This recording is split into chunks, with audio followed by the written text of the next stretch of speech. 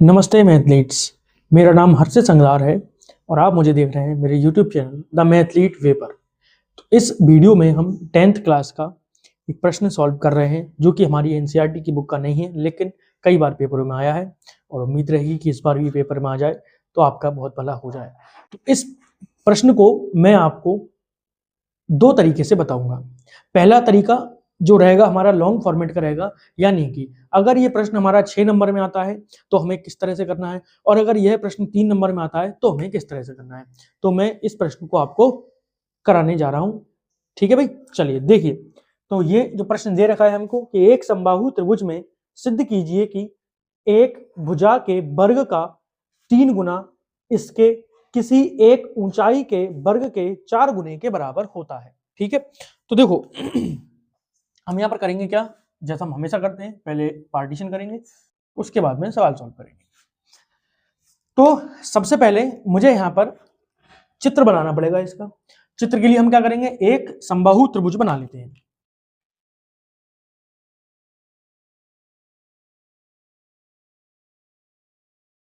ये मैंने एक समबाहु त्रिभुज बना लिया, इसको मैं नाम दे देता हूं ऊपर ए बी सी। ठीक है, और इसकी भुजाओं को भी मान लेता हूं। मैंने मान लिया इसकी जो भुजा है वो ए है, ए इकाई या ए मात्रक जो भी हम लिखते हैं।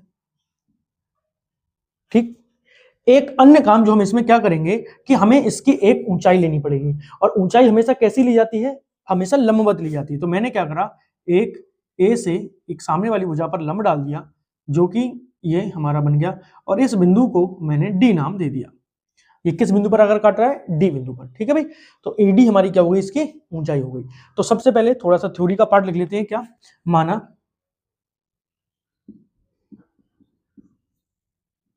समबाहु त्रिभुज की भुजा, क्या मान ली बेटा, ए मात्रक या इकाई जो भी मान हुआ। ठीक है भाई, अब यहां से आगे का समझो क्या, और ए एडी क्या है, ऊंचाई है, तो इसको भी मान लेते हैं। तथा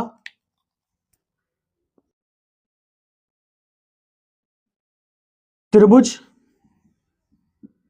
की ऊंचाई एडी बराबर ये कितनी भाई, एच मान लेते हैं, इसको यहां पे ले लेते हैं एच,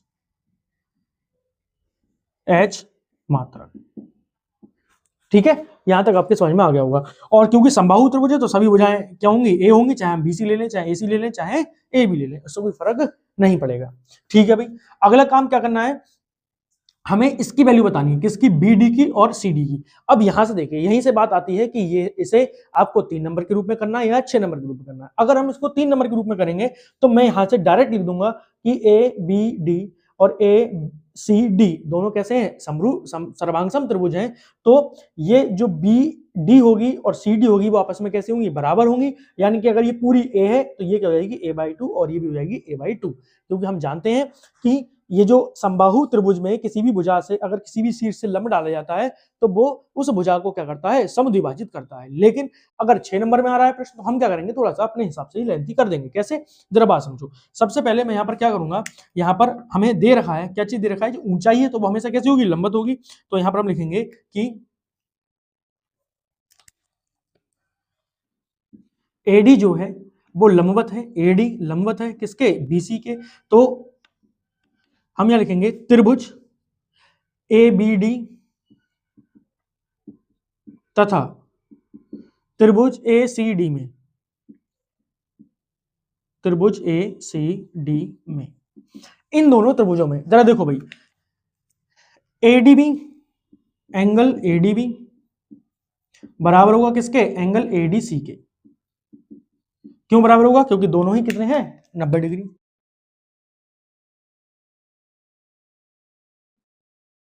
अगला पार्ट क्या होने वाला है भाई, देखो ए बी बराबर है किसके, एसी के।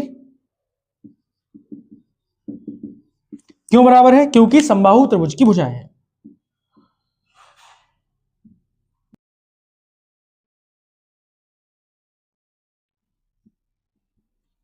ठीक है, अब जरा समझो तीसरी चीज क्या, एक भुजा एडी वो हमारी दोनों ही त्रिभुजों में, एडी इस वाले त्रिभुज में भी और इस वाले त्रिभुज में भी, तो मैंने यहाँ पे लिख दिया एडी बराबर एडी के। कैसी भुजा होगी बेटा? ये उभयनिष्ठ भुजा होगी। कैसी भुजा होगी? उभयनिष्ठ भुजा। बताओ भाई कौन सा नियम लगा इसमें? तो नियम कौन सा लग गया? ये तो राइट एंगल था, इनकी 90 डिग्री, तो आर बन गया। ये क्या थी? हाइपोटेनस कर्ण था, ये कर्णी तो था, तो ये हाइपोटेनस एच हो गया। और ये क्या है? साइड। तो कौन सा नियम लग गया? आर एच एस सर्वांग समता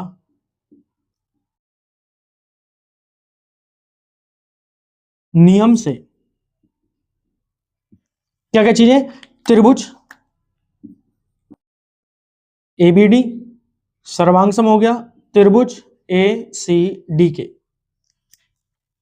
अब देखो, अगर आपका 6 नंबर का प्रश्न है तो आपको यहां तक पूरा करना है, और अगर आपका 6 नंबर का ये प्रश्न नहीं है तो तथा के बाद में सीधे आपको ये वाली लाइन लिखनी है, एबीडी सर्वांग सम है त्रिभुज एसीडी के। ठीक है, तो ये आप समझ गए होंगे। अब देखो मैं यहां पर क्या लिखूंगा? बाई सीपीसीडी। बाई सीपीसीडी क्या लिख देंगे कि ए बीडी जो है, जो बीडी है वो बराबर है किसके? सीडी के। तो मैं यहां पर लिख दूंगा भाई क्या? बीडी बराबर है सीडी के। और अगर ये बीडी सीडी के बराबर हो गया, इसका मतलब क्या है? ये पूरी भुजा कितनी थी? ए, तो अब ये रह कितनी आएगी? ए बटे में 2।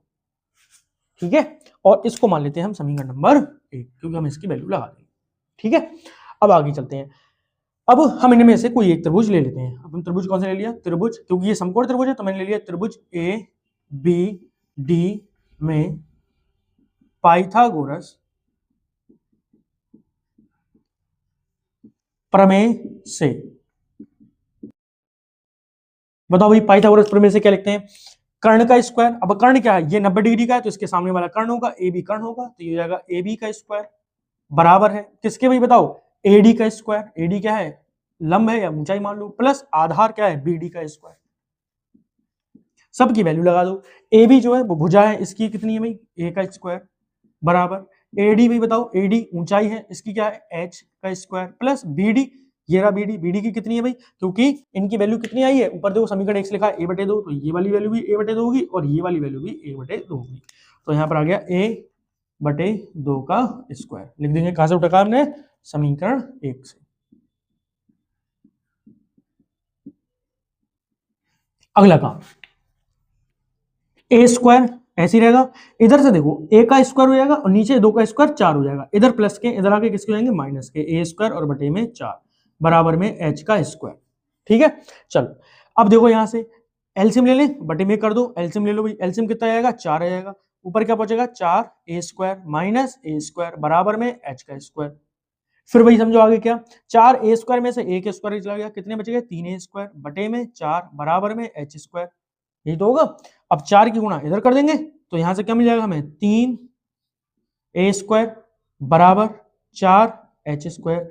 अच्छा बताओ, ए क्या था? भुजा थी, तो 3 इसकी जगह मैं भुजा लिख सकता हूं, तो ये क्या हो जाएगा भाई? 3 गुणा में भुजा का स्क्वायर बराबर 4। एच क्या था? एच ऊंचाई थी, तो यहां पर क्या लिख सकते हैं हम? ऊंचाई का स्क्वायर। अब देखो यही हमें सिद्ध करना था। हमें क्या सिद्ध करना था भाई? लाइन पढ़ो जरा। हमें सिद्ध करना था कि किसी एक भुजा के वर्ग, भुजा का वर्ग हो गया का 3 गुना हो गया बराबर होगा किसी एक ऊंचाई का वर्ग के 4 गुने के बराबर। तो ये हमारा यहाँ से प्रूव हो गया। यही हमको क्या करना था? इसमें सिद्ध करना था। मुझे उम्मीद है भाई कि आपको ये सवाल समझ में आ गया होगा, और अगर ये सवाल आपको समझ में आ गया है तो इसी प्रकार की अन्य वीडियोस देखने के लिए आप मेरे चैनल द मैथलीट वे को सब्सक्राइब कर सकते हैं। मिलते हैं अपनी अगली वीडियो में, तब तक के लिए मेहनत करते रहिए और पढ़ते रहिए। धन्यवाद।